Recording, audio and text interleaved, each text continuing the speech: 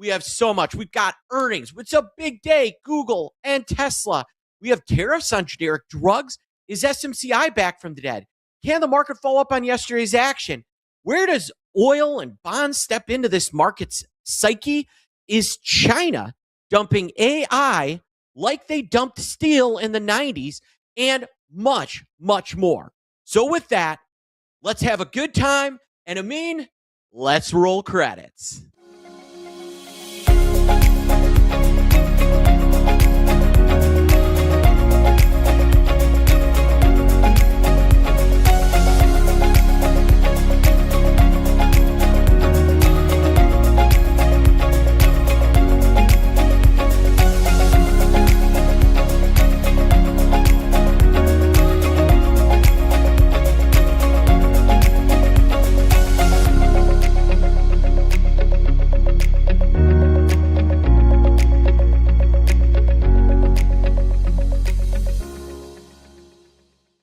Good morning. I'm Mark Sebastian. I am your only option. Welcome to the State of the Market show. I'll be joined by Hans in just a second. Reminder, if you're watching me on YouTube or you're watching me on X, formerly Twitter, give us a heart, give us a retweet, give us a like, and shoot the team an email, support@optionp.com, and join us live. For those of you that were not in attendance last night, we had a great time going through everything happening in the insiders around insider trading. We discussed concepts of shadow traders. We talked about how these shadow traders are making crazy gains right under our noses. So what I want you to do is, we're in the process of, we're going to have an AI engine to monitor these shadow traders and find you some real winners when they post option trades. I'd like you to join me in this journey.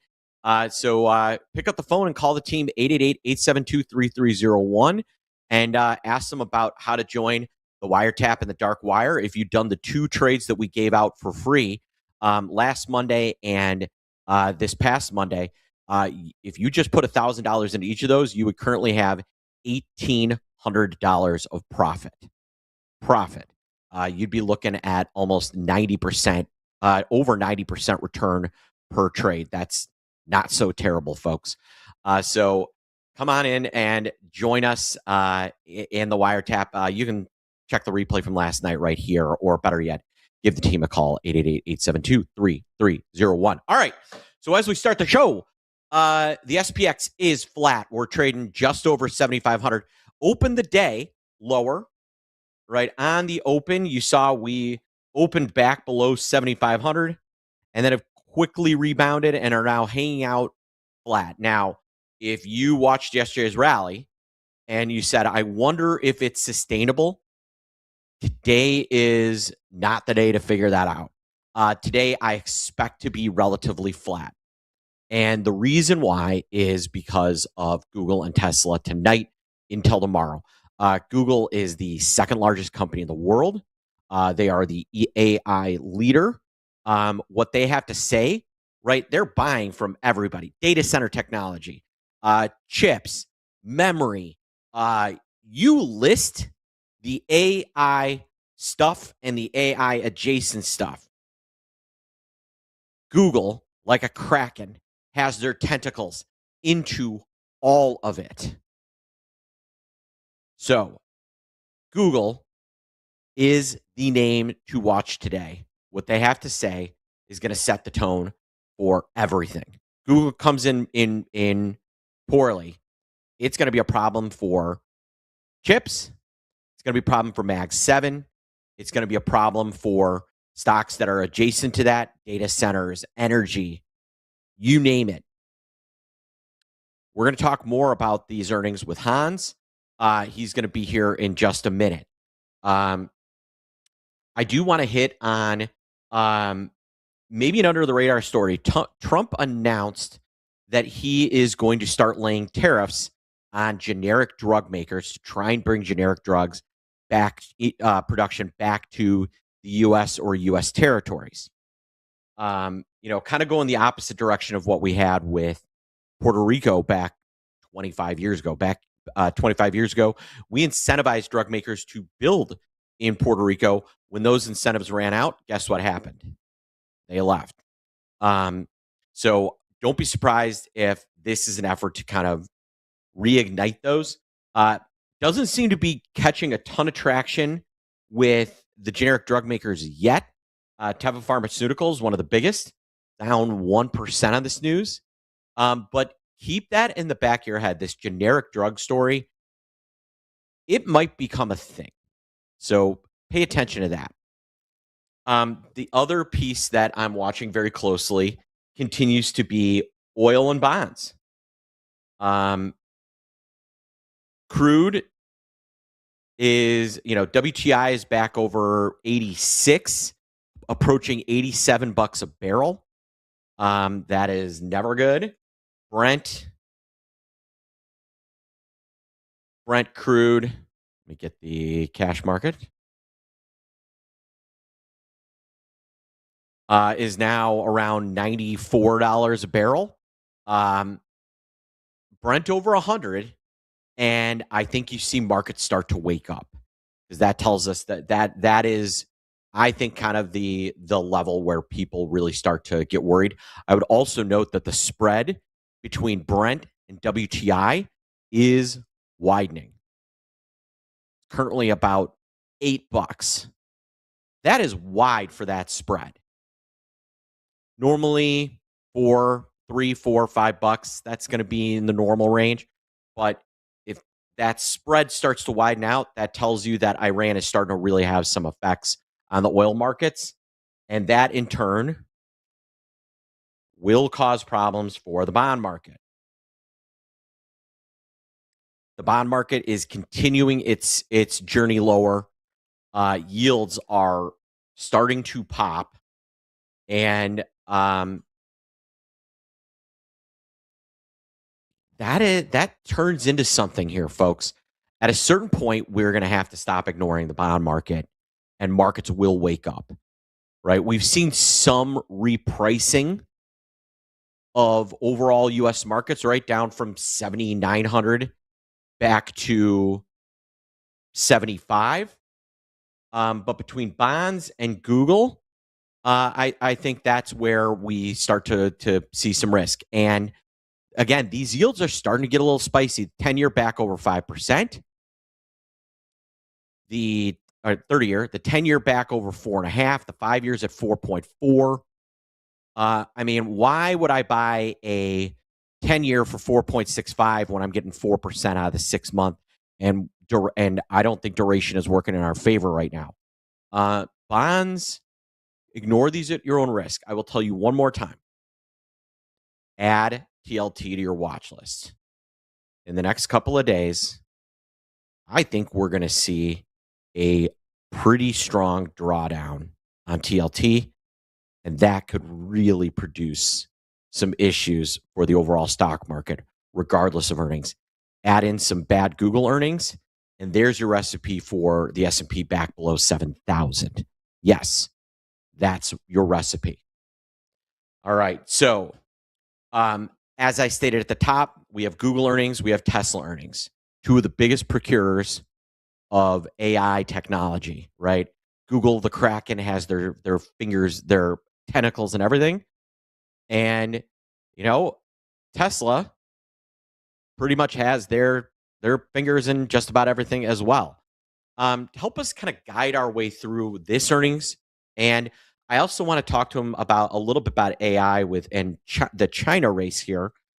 Let's bring in our head of income trading and resident AI expert, Hans Albrecht. Good morning, Hans. How are you? Good morning, Mark. Good morning, everybody. Yes. So did you like my my description as Google as the Kraken? It's this big behemoth of an octopus, and it has its tentacles into everything, right? They're buying chips, they're buying memory. They're heavily involved in data center build out. They're heavily involved in the need for energy. There's nothing AI doesn't touch that is involved in AI that Google is not touching. What are you looking for in the Google earnings tonight? And what are the ramifications of a really good earnings and a really bad earnings? Well, I've actually been trimming a ton of my mag stocks over the last few weeks, Mark, because I think the landscape has really shifted a lot. And so the Google earnings, you're absolutely right. This is a watershed moment. I think next week we get a little bit more of that, but um, Google, I mean, they're all sort of, you can see this fracturing within the Mag 7. Sort of really has been, this year especially, has been the winners and losers, even within these big cap techs that, of course, all did very well for a few years on the backs of AI. And Google, I think few could deny that it has all those tentacles. It has a finger in every pie that is out there. And so that's the great part of Google, because in a disruptive world, you want to have as many sort of lines to revenue as possible. But at the same time, it's kind of sometimes it's a bit of a challenge for a company like that, because you get the cannibalization, right? So if people talk about these Chinese models, and the market, I think, has completely gotten it wrong, because it doesn't mean the build out slows. In fact, I think it speeds up in many ways, because everyone thinks that means everything goes to China. That's not what happens. The intelligence layer, the sort of the training layer, if you will, does go there. But a lot of the inference, which is, we've talked about inference for over a year before anybody, Mark, a year and a half. And inference is the gears that keep turning when we use AI, right? That's the stuff that starts to put things into play and makes it useful to the rest of the world outside of NVIDIA. And so, you're going to need a lot going on. A lot is going to be hosted in the US, even if it's a Chinese model. I don't know what Jim Cramer's talking about. He's like, oh, we can't give our intelligence to China. The guy, he's wonderful. I like him in many ways, but it has nothing to do with giving anything to China. You bring these open source models over here, they don't touch China. You literally customize them. You do what you want. You host them in the US. It has zero to do with China, except for the actual model that you bring over. And so this could mean a change in the landscape for the mags. And long story short, Mark, which I always make it a long story, but the whole point is there's cloud, and then a lot of companies are going to be kind of hosting things, sort of siloed, as I call it. They're going to be hosting things within. That's why Dell's doing well and things like that. Is there's a real shift going on out there, and so the cloud gets maybe cannibalized a little bit. We're already seeing people upset because search is not what it used to be. All these publishers are, companies are saying, well, nobody's going out and searching anything anymore. Because why? Well, when you look up AI, it sort of stays within this sort of silo of AI, whether it's Google or another one. You're not actually necessarily going out there and searching all these websites. So traffic is plunging in other areas. So anyway, the landscape is really, really shifting, and we are absolutely 100% going to be listening for those CapEx comments. Are they going to increase CapEx? Are they going to cut back? What do you think, Mark? Is there a risk? I think there's almost a risk of either or. I mean, they did sell $80 billion worth of their stock. So, that's supposed to fund their CapEx. I'm right. Interested in, there's got to be a sweet spot, but I'm not so sure.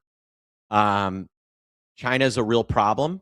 What I think benefits Google is they're building their in-house AI, and that AI lives on. And this is something that, Microsoft kind of fumbled the ball on. They were actually at it first, but then in classic Microsoft fashion, fumbled the ball. The AI tools in Google are integrated. The AI that Google is building is integrated into all Google's tools, right? When you're going to search the web, right? Let's go back 5 years, right? Before AI, and your oldest kid said, hey, Dad, what's who's the top 5 goal scorers for the Maple Leafs in history? What would you say to him? I don't know. Go check Google. Yeah, go Google it. Right. Google it. Now, that's your son when he says, Dad, should the Leafs get rid of McDavid? And McDavid's on the Leafs, right? Yeah. McDavid's Edmonton.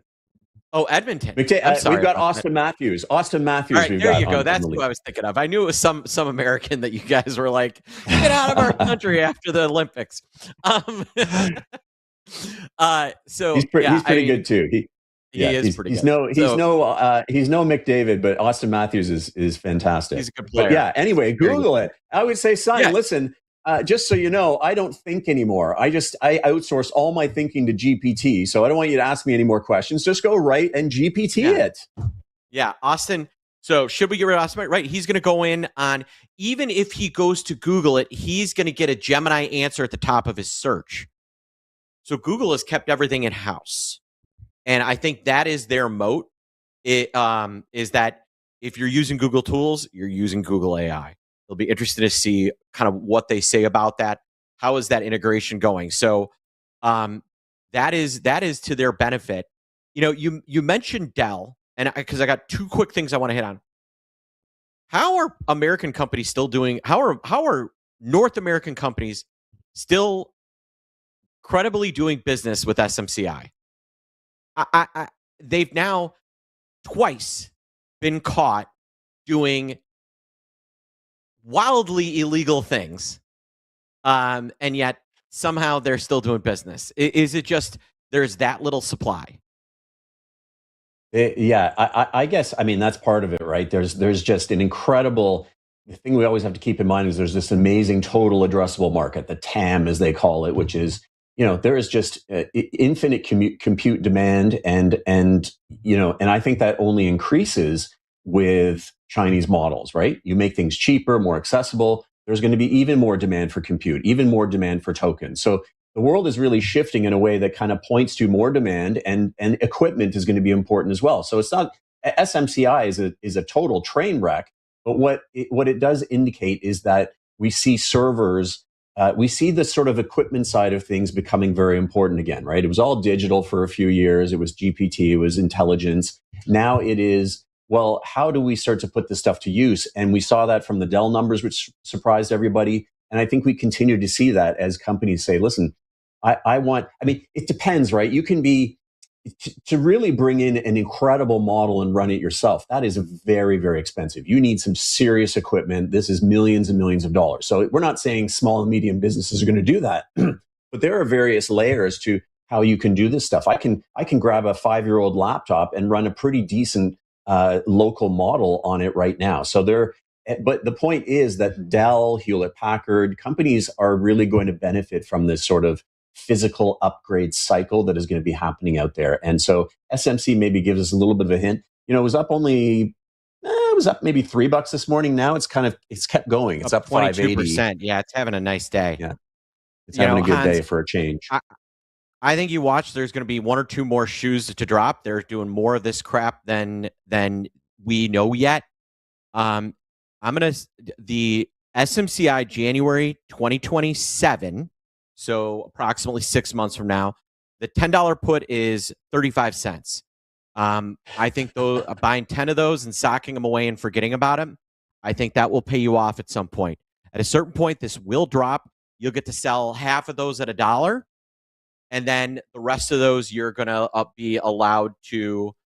The rest of those you can just see if SMCI goes the way of the dodo. Now, I want to ask you one more question. I know we're running up against it. And folks, stick around because Hans is going to stay on and he's going to talk more about AI, more about what's happened with China. He's going to basically do a data dump. But I was doing some reading this morning, and one of these thought leader guys in terms of international economics, his argument, and I know you saw my note here, in the 90s, China illegally subsidized their steel market to basically corner the entire market and basically engaged in dumping of steel. Now, this guy made a claim, and it's not too far off. What if China, through its stealing of American technology and complete backing by the Chinese government, is basically engaged in AI dumping into U.S. markets the same way they were engaged in steel markets back 20 years ago? And that is the reason that you're seeing Microsoft, and these big greedy companies are like, yeah, we'll take the cheap input. Is that a possibility? And what's your reaction to that thought?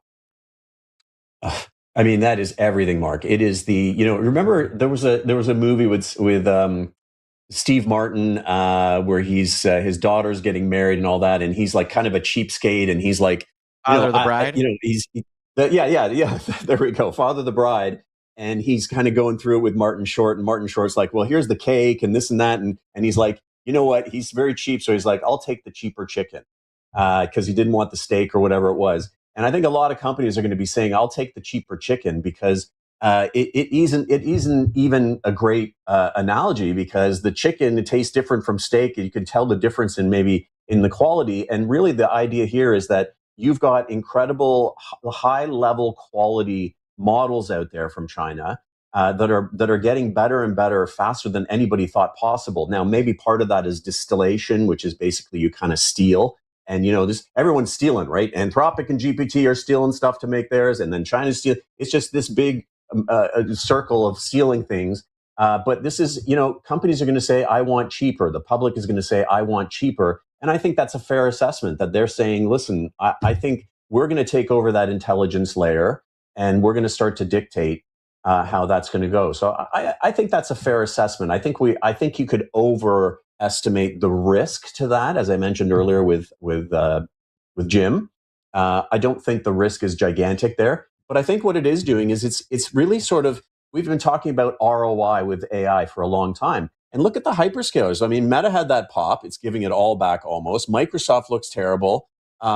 Google has really been suffering. Typically, we see Google run up pretty hard into earnings, don't we? And then it kind of spins its wheels for a couple months. It's doing the opposite. So and Amazon not doing great either. So there's a significant nervousness out there, wondering what these guys are going to say, because there's no question they are spending boatloads. And now China is saying, hey, this is the most commoditized thing in the world. Intelligence is dropping 90% in cost every year, maybe more now. And what are you guys spending money on? I saw somebody the other day. He's like, what exactly are you guys spending all this money on? Gemini just underwhelmed. They said it's terrible. People in the company are like, this is horrible. They're like embarrassed practically. What are you guys doing? So this is a little bit of egg on the face for some of these frontier models and LLMs that we have in the US.